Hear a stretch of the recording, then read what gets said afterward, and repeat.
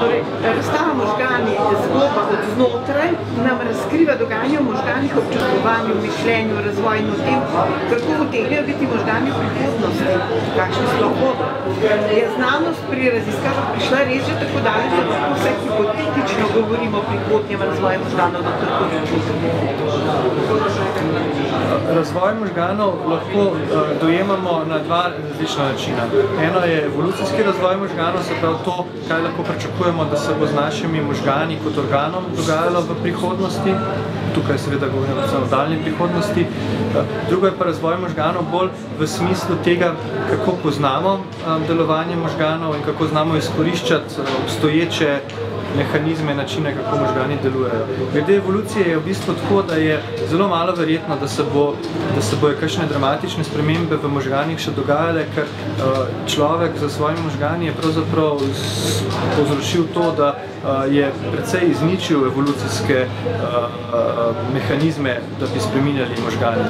S tem, ko seveda podaljšujemo življenjsko dobo, zdravimo bolezni možganov, s tem pač vplivamo na to, da tudi zmanjšujemo naravni izbor. Tako da ne verjamem, da lahko pričakujemo neke dramatične spremembe.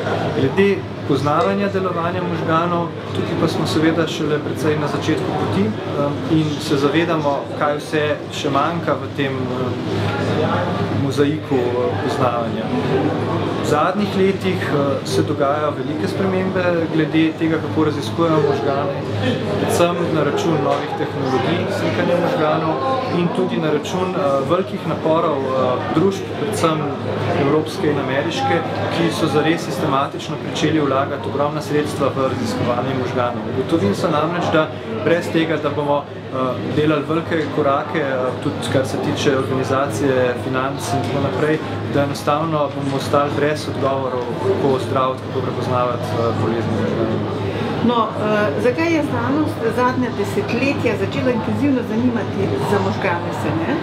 21. stoletje naj bi bilo sploh stoletje možganov in pomembnost tega raziskovanja za človeštvo primerjajo kar s pomembnostjo poleta na Luno pred več kot 40 leti. Je pospešeno zanimanje pogojeno tudi z vedno več boleznimi možganov. Razvoj sofisticiranih tehnologij, ki omogočajo način pogleda v žive možgane, ali je kaj drugega oziroma tretjega poti? Fascinacija in napori, da bi raziskovali možgane, pravzaprav obstajajo že desetletja, če ne rečem stoletja. Tisto, kar je pa manjkalo, so bila predvsem sredstva in tehnologije in načini, kako takšne možgane zares raziskovati. To je prinesla, recimo, sodobnost, da zdaj imamo načine, kako pogledati v delovanje možganov, da zmerimo, kako delujejo možgani in seveda to je potem povzročilo razmah teh naporov za raziskovanje možganov, ker so znanstveniki končno dobili orodja, s katerimi lahko zares pokukajo in izmerijo, kaj se dogaja. To je bila neka osnova in zahvaliti se moramo samo pač razvoju tehnologije na drugih področjih. Konec koncev, že polet na Luno je sigurno prispeval k temu, da se je recimo računalništvo bistveno začelo razvijati in materiali in tako naprej. In to so vse stvari, nekako celoten družbeni napredek, ki prispevajo k temu, da potem seveda tudi možgane raziskujemo.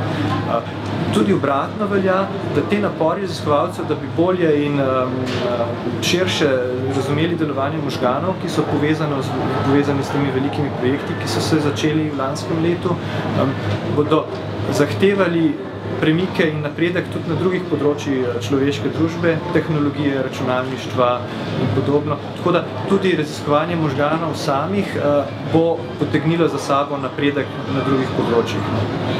Kdo prednjači v teh raziskavah? Menili ste, da so se lansko leto odprle, začele te raziskave, ali gre za mrežno povezovanje, tako kot so mrežno povezani možgani?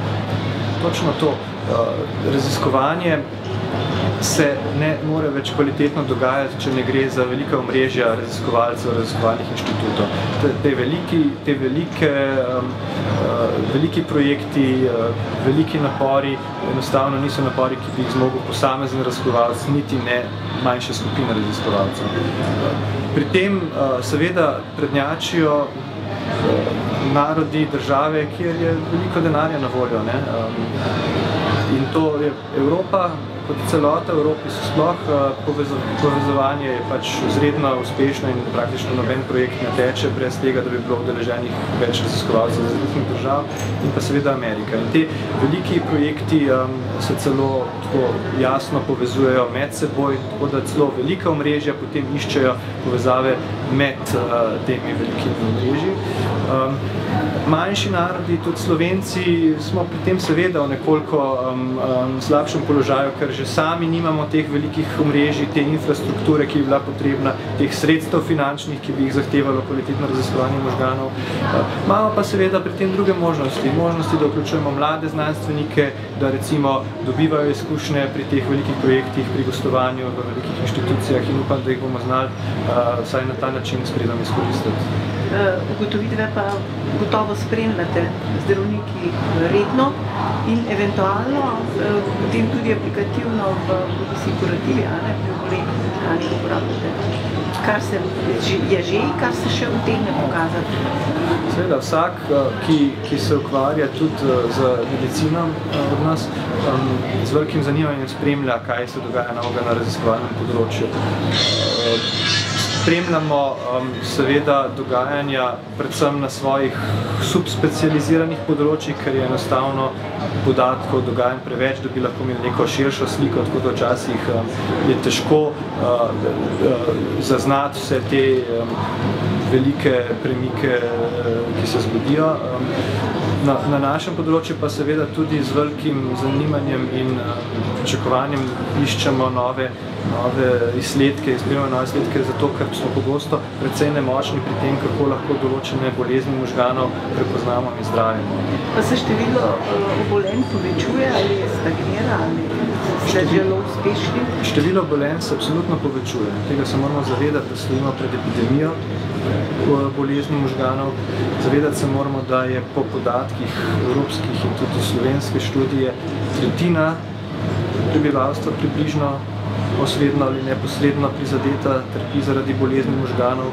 In zavedati se moramo tega, da se prebivalstvo stvara. In s tem, ko smo uspešni pri zdravljenju nekih drugih bolezni, drugih organov, ostajamo pred velikim problemom tega, da ne znamo dobro pozdraviti bolezni, ki pa prizadanejo možgane. No še tole, vi ste predsednik društva Synapsa, ki se ukvarja s možgani. No, razstava možgani, zgodba od znotraj je gotovo fascinantna za vse obiskovalce. Kako vam je uspelo pridobiti iz Naravoslovnega muzeja v New Yorku in tudi glede na to, da je bila v Evropi samo v Granadi in v Milanu? Smo reči, da Synapsa, Slovensko društvo za neuroznanost, je imelo izredno srečo, da so nas povabili k sodelovanju na gospodarskem razstavišču kot glavnega strokovnega partnerja razstave. Vsi dogovori glede gostovanja razstave, postavitve razstave so bili narejeni s strani gospodarskega razstavišča. So pa prepoznali nas kot možnega dobrega strokovnega partnerja. Mi smo to seveda z velikim veseljem sprejeli in pomagamo pri strokovni podpori, pri vodenih ogledih, organiziramo velik ciklus predavanj o možganjih, v katerem bo preko 40 predavanj slovenskih neuroznanstvenikov. Zato, ker je to čudovita priložnost za eno od misij našega društva, da širimo znanje o tem, kako pomembni so naši možgani tudi v širši javnosti. No, obiskovalci pa ohranjajo možgane. Ja, in seveda, da pomagamo obiskovalcem razumeti, da je treba skrbeti za svoje možgane, da bodo čim dlje in čim bolje funkcionirali. Hvala, dr. Kolednik. Hvala vam.